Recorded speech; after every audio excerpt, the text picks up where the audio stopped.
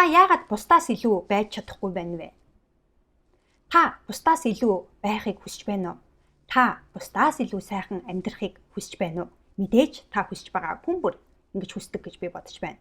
Тэгээд яагаад чадахгүй байна вэ? Юу нь болохгүй байна вэ? Өнөөдөр энэ сэдвээр ярихыг хүслээ.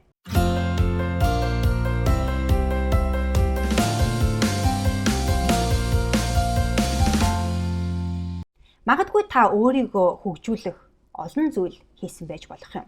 Өөрийгөө хөгжүүлэх олон ном уншсан байж болно, амжилтын тайрны үрсэн байж болно, олон аргууд хэрэгэлсэн байж болно. Гэвч онцгийн өөрчлөлт харагдахгүй байж болох юм. Яагаад? Юу нь болохгүй байна вэ? Яагаад урагшлахгүй байна вэ? Яагаад амжилт гарахгүй байна вэ? Яагаад хүснээр болохгүй байна вэ? Мэдээж та энэ асуултын хариултыг сонсохыг хүсэж байгаа. Тиймээс хариултыг одоо хэлье. Яагаад болохгүй байна вэ гэвэл та өөрөө л чадахгүй байна. Та өөрөө л тууштай хандаж чадахгүй байна. Та өөрөө л бууж өгөөд байна. Та өөрөө л өөртөө итгэхгүй байна. Та өөрөө л бусдыг буруутгаж байна. Та өөрөө л шалтак тоочоод байна. Зөвхөн та өөрөө өөр хинч биш. Би нэг жишээ хэлье л да. Яг энэ сэдвээр нэг бүсгүйтэй ярилцаж байсан. Тэгээд яг юу нь болохгүй байна вэ гэсэн чинь гадаадд амьдардаг хэцүү байна. Гадаадд амьдрахад хамаатан садан ойр хавьд алга байна. Туслах хүмүүс ховор байна. Хил усгийн сайн мэдэхгүй байна. Цаг гарахгүй байна. Боломж гарахгүй байна гэж хариулсан. Бас нэг бүсгүйтэй яг энэ сэдвээр ярилцаж хад юу гэж хариулсан бэ гэвэл Монголд хэцүү шттэ. Монголд өөрийгөө хөгжүүлэх боломж байхгүй гэж хариулж байсан. Тэгээд энэ хоёрыг дүгнэж үзэхэд гадаадд ч боломжгүй, Монголд ч боломжгүй юм шиг санагдаж байгаа.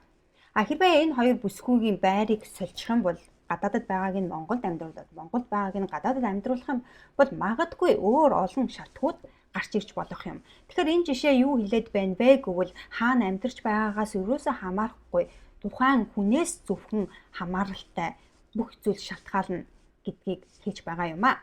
Өөрийгөө даван туулсан хүнд шалтгаан байхгүй. Яагаад гэвэл өөрийгөө даван туулж чадаж байгаа учраас. Харин өөрийгөө даван туулж чадахгүй байгаа хүнд мянган шалтгаан байгаа. Яагаад өөрийгөө даван туулж чадахгүй байна вэ гэдэг мянган шалтгаан болдог. Яг үүний адил ялсан хүнд шалтгаан байхгүй. Яагаад гэвэл ялчихсан юм чинь тийм ээ. Харин ялагдсан хүнд яагаад ялагдчихваа гэдэг мянган шалтгаан гарч ирнэ. Тиймээс шалтгаан тооцох маш амархан. Харин хариуцлага хүлээх хэцүү. Таны амьдралд болж байгаа бүхэн нэгдүгээрт таны хийсэн бүхнээс үүдэлтэй. Хоёрдугаарт таны хийж чадаагүй бүхнээс үүдэлтэй. Ингээ гуравдугаарт болсон юмд та хэрхэн хандаж байгаагаас үүдэлтэй. Энэ гурваас шалтгаалж таны амьдрал бүтээгдэж байгаа. Тиймээс зөвхөн та л өөрөө амьдралаа бүтээн.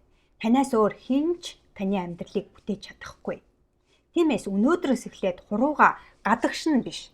Чамаас болсон, даргаас болсон, нөхрөөс болсон, улс төр нийгмээс, эдийн засгаас болсон, түгжрлээс болсон, цаг агаараас болсон гэхийн оронд энэ хурууга өөрлөгөө загаад надаас болсон. Миний хариуцлагагүйгаас болсон. Би 100% хариуцлагатай байх хэрэгтэй гэдгийг өөртөө сануулахыг санал болгож байна. Тэгээ өнөөдрийн амжилтын тайрны юу вэ гэвэл амьдралаа хүснээрээ бүтээхэд надаас өөр хинч биш. Зөвхөн би өөрөө 100% хариуцлагатай.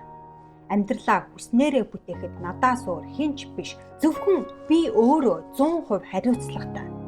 Энэ амжилтын тайрныг өөртөө сануулж, үүнийхээ дагуу үйл хийж, арга хэмжээ авч эхлээрэй. Ингэж чадвал та бусдаас илүү байж чадна.